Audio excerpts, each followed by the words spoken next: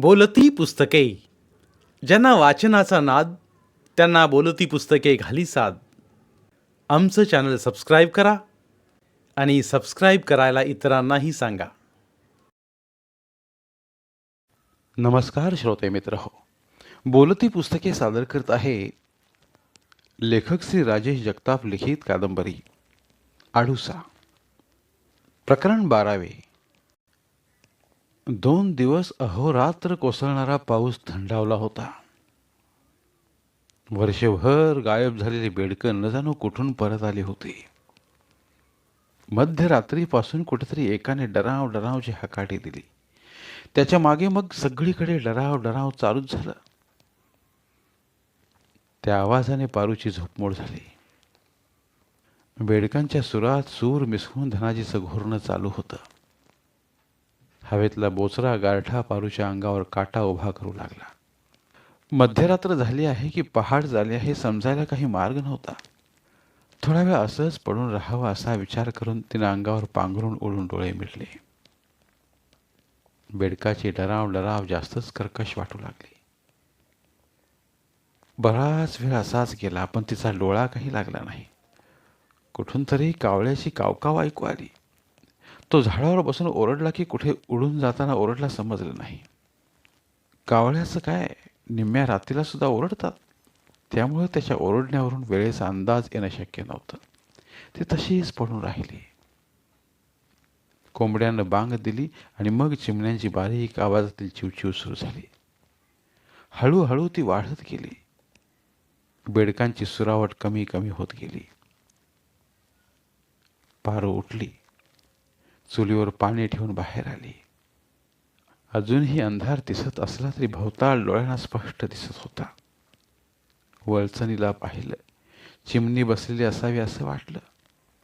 आज जाऊन चुलीतली राखुंडी हातावर घेऊन दातावरून उभं आडवं बोट फिरवीत बाहेर आली. अधूनमधून एखादी बाई परसाकडे जाताना दिसली. पारूनही पाण्याचा डबा भरला. परसाकडे जाऊन आली. हातापायावर पाणी घेतलं. गोठ्यातून चक्कर मारली. गाय तटतटलेली कास सांभाळत अवघडून उभी होती. चुलीवरल्या पाण्याला कड आला होता. आंघोळ करावी की धारा काढून अवघडल्या गायीला मोकळं करावं याचा विचार करू लागली. पण पारूच्या अंगानं गायीच्या कासेला हात कसा लावायचा म्हणून आंघोळीचं पाणी काढून आंघोळीला गेली. आंघोळ करून तुळशीला पाणी घातलं. देव्हाऱ्यातल्या देवाला बत्ती लावून हात जोडले. दुधाची चरवी घेऊन गोठ्यात गेली. तिला पाहून गाय हंबरली. भुकेलं वासरू आशाळभूतपणे तिच्याकडे पाहू लागलं. गळ्यातल्या कासऱ्याला हिसडा देऊन सुटण्यासाठी केविलवाणी धडपड करू लागलं. पारूनं मायेनं त्याच्या पाठीवरून डोक्यावरून हात फिरवून शांत केलं. चरवीतल्या पाण्यानं गायीची कास धुतली. गायीनं दोन्ही पाय किंचित फाकून अंग ताठ केलं. चरवी दोन्ही पायात दाबून पारूनं सडाला हात घातला. हलकासा दाब देताच सुर्र करीत पांढऱ्या शुभ्र दुधाची पहिली धार चरवीत पडली आणि मग त्या पहिल्या धारेचा हात धरून सुर्र सुर्र आवाज करीत मातृत्वाचं मायळ विश्व चरवीत जमा झालं. काठोकाठ भरलेली दुधाची चरवी बाजूला ठेवून पारू उठली. वासराला मोकळं करून कौतुकानं त्याच्याकडे पाहू लागली. त्यानं पाणावलेल्या सडांना तोंड लावताच रात्रभर कासऱ्यात अडकून पडलेलं मातृत्व मोकळं झालं. कुशीतल्या जीवाला जिभेनं चाटीत प्रेमाचा वर्षाव करू लागली. आपलं हे वासरू छातीशी भिडलं आहे. आपल्या मातृत्वाचा थेंब न थेंब चुटू चुटू करीत प्राशन करीत असल्याचा भास झाला. चोळीची गाठ घट्ट झाल्यासारखं वाटू लागलं. स्वप्नात रेंगाळू पाहणाऱ्या मनाला आवर घालून घरात आली. चरवीतलं दूध भगुण्यातून ओतून तापायला ठेवलं. पाण्याची वाटी आणि मुठभर दाणे घेऊन बाहेर आली. झाडामागे लपलेली उन्हाची कोळीक एक एक फांदी वर चढू लागली होती. पाण्याची वाटी कोपऱ्यात ठेवून दाणे टाकले. मान वळवून वळचणीला पाहिलं. चिमणीला तिची चाहूल लागली होती. तीही मान उंचावून पारूकडे पाहू लागली. दोघींची नजरानजर झाली. ओळख पटली. चिमणी धिटाईनं खाली उतरली. दाणे टिपता टिपता कानोसा घेत जवळपास कुणी नसल्याची खात्री करून घेऊ लागली. पारू उलट्या पावलाने घरात आली. रंगराव उठून खोलीतून बाहेर आले. त्यांना समोर पाहून पारू गडबडली. खांद्यावरचा पदर डोक्यावर घेत म्हणाली, बरं झालं उठलाय ते. तोंड धुवून घ्या म्हणजे चहा देते. असं म्हणत तिनं चुलीवरचं पाणी बादलीत ओतलं. पंचा रंगरावांच्या हाती देत म्हणाली, जावा. तिच्या हातून रंगरावांनी पंचा घेत खांद्यावर टाकला. हातावर राखुंडी घेऊन न्हाणी घरात गेले. पारूनं चहाचं आंदण ठेवून सासू उठली का नाही ते डोकावून पाहिलं. ती झोपलेली पाहून परत आली. पिठाचा डबा ओढून स्वयंपाकाला लागली. खांद्यावरचा पंचा सांभाळीत रंगराव म्हणाले, सुनबाई, चहा मला वसरीवरच दे. जरा उन्हाला बसतो. बरं म्हणून तिने चहाचा कप भरला. सासऱ्यामागे बाहेर जाऊन चहाचा कप त्याच्या हाती देऊन आत आली. चुलीसमोर बसून भाकरी थापू लागली. थपा थपा 8-10 भाकरी थापल्या. धनाजीसाठी आंघोळीला पाणी ठेवून त्याला उठवायला खोलीत गेली. तोंडावरचं पांघरून हलक्या हाताने मागे करीत म्हणाली, आव उठा. डोळे किलकिले करून त्यानं तिच्याकडे पाहिलं. ती गोड हसली. तो उठून बसला. ते अंथरूण पांघरुणाच्या घड्या घालता घालता म्हणाली, आजकाल उठवल्या बिगार उठत नाही तुम्ही. तो एवढंच बोलला आणि तिला मिठी मारली. त्याची मिठी सोडवी. ती म्हणाली, पाणी तापलं असेल, पटकन आवरून मळ्याकडे चक्कर मारून या. पावसानं काय घोळ करून ठेवला असेल काय माहीत. मळ्याचं नाव ऐकताच त्यानं पारूला घातलेली मिठी सुटली. मागच्या महिन्यात दुपारनंतर आलेला वळीव बराच धिंगाणा घालून गेला होता. पण हा पाऊस मृगाचा होता. काळ्या आईच्या कुशीत नवचैतन्य जन्माला घालणार होता. बाहेर येऊन तो तडक न्हाणी घरातच घुसला. पारूनं आंघोळीचं पाणी काढून दिलं. आंघोळ करून देवाची दिवाबत्ती करून तो न्याहारीला बसला. गोदाई उठून ओट्यावर राखुंडी घासत बसली होती. समोरून भीमाई येताना पाहून ती थांबली. ओटा चढत ती म्हणाली, गोदे, भई आत्ताशी उठली का काय ग?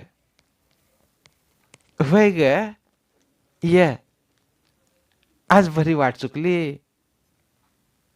गोदाईनं घरात शिरता शिरता विचारलं, रंगा भाऊजी बरं आहे का जीवाला? बरं आहे वैजी. गोदाईच्या मागे भीमाई आत आली. दोघी शेजारी शेजारी बसल्या. पारू, चहा आण ग 2 कप. मला नको ग, मी आत्ताच घेतलाय. भीमाईनं चहाला नकार दिला. घे ग, तिला काय होतंय, पाणीच तर हाय. तशी बी तू पहिल्या वाणी येत नाही. कशी येते भया? माझ्या लेकाला काठीनं बडिवलं. एखाद्या बारला मला बी फटका बसायचा, पण यावा लागतंय. भावकीनी देवधर्म चुकलाय काय कोणाला? पटापट आवरून घ्या आणि चल माया संग. कुठे नेती सकाळी सकाळी? गोदे, अगं असं काय करतीया? अगं आज आमुषा, जागरण आहे ना, ठाव नाही का तुला? इसरलेच पाय, पण सांच्याला येते ना. आत्ता येऊन काय करू? अगं आतलं बाहेरचं समद एकलीला झेपत नाही आता.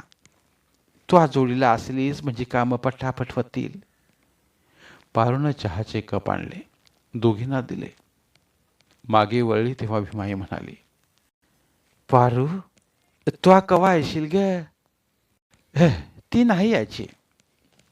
पारूला विचारल्या प्रश्नाचं उत्तर गोदाईनंच दिलं. का व माय, गरीबाच्या घरी आल्यावर बारकी होईल का काय? तसं नव्ह ग भीमे, ती वशाट वक्त खात नाही ना. मग नका खाईना. देवाच्या कामाला 5 बोटं लागली तर देव आपलं बी भलं करील. भीमे, अगं उगा पालत्या घडावं पाणी वतून काय उपयोग? तिचा देवाधर्मावर विश्वास नाही. या भीमाई काहीच बोलली नाही. दोघेही गप्प बसल्या. नजरेच्या भाषेत एकमेकींशी काहीतरी बोलणं झालं. न्याहारी करून धनाजी बाहेर आला. भीमाई उठून उभी राहिली.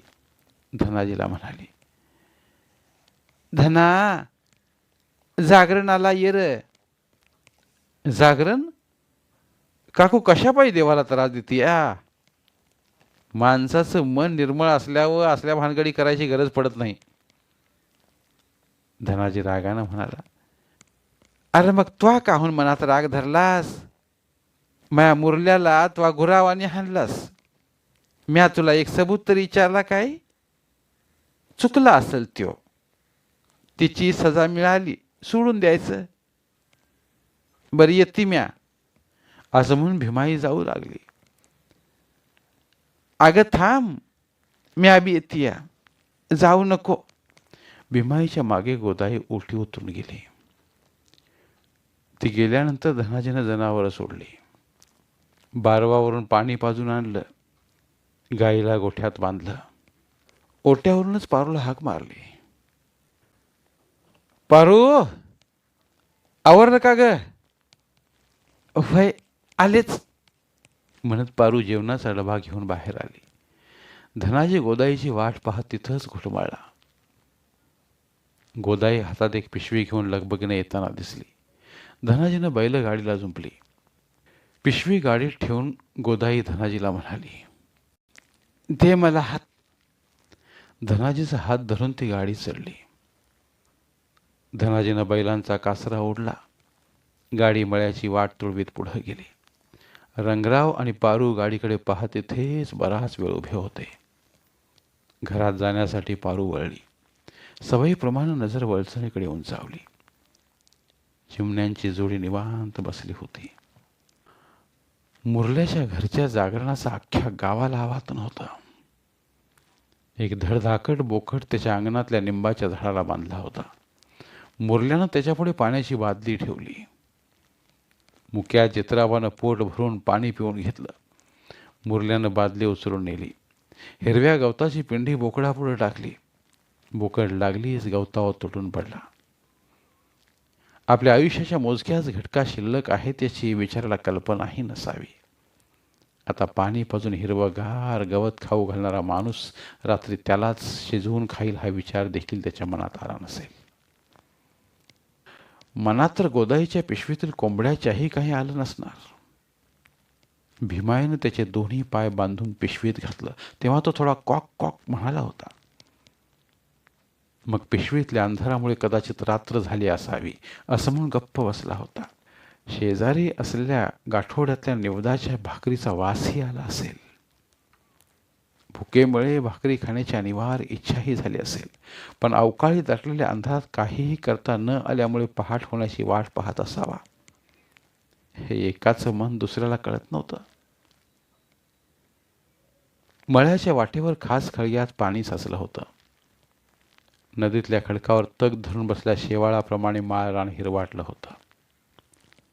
लाखो करोडो बीज धरणीच्या कुशीत अंकुरित आलं होतं.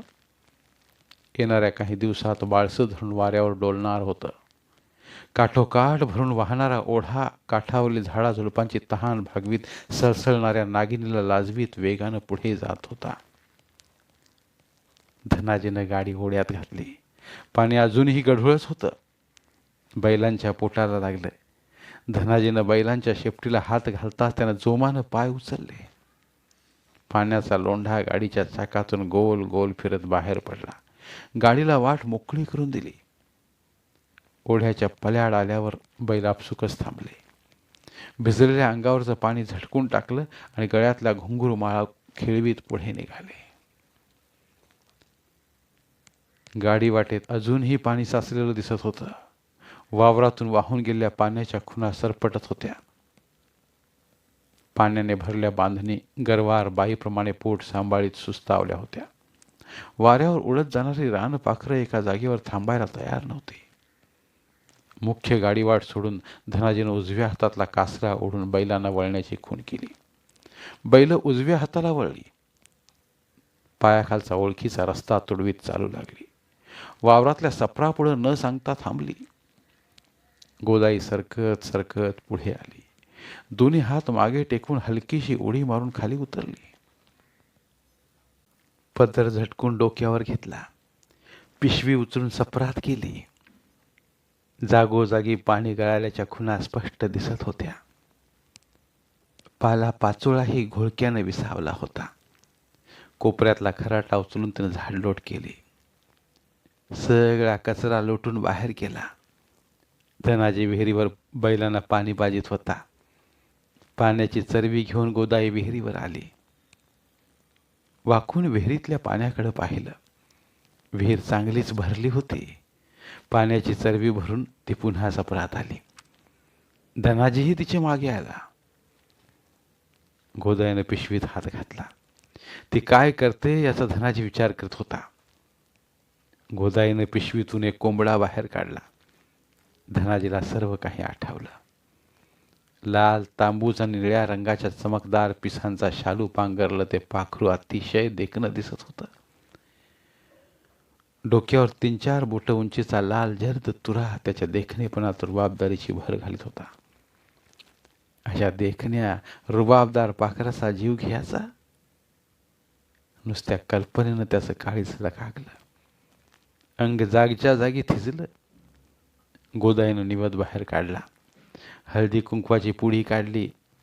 सरत्या शेवटाला तिच्या हातात 2 वीत लांबीचा सुरा होता. धन्यवाद. उर्वरित कादंबरी पुढील भागात.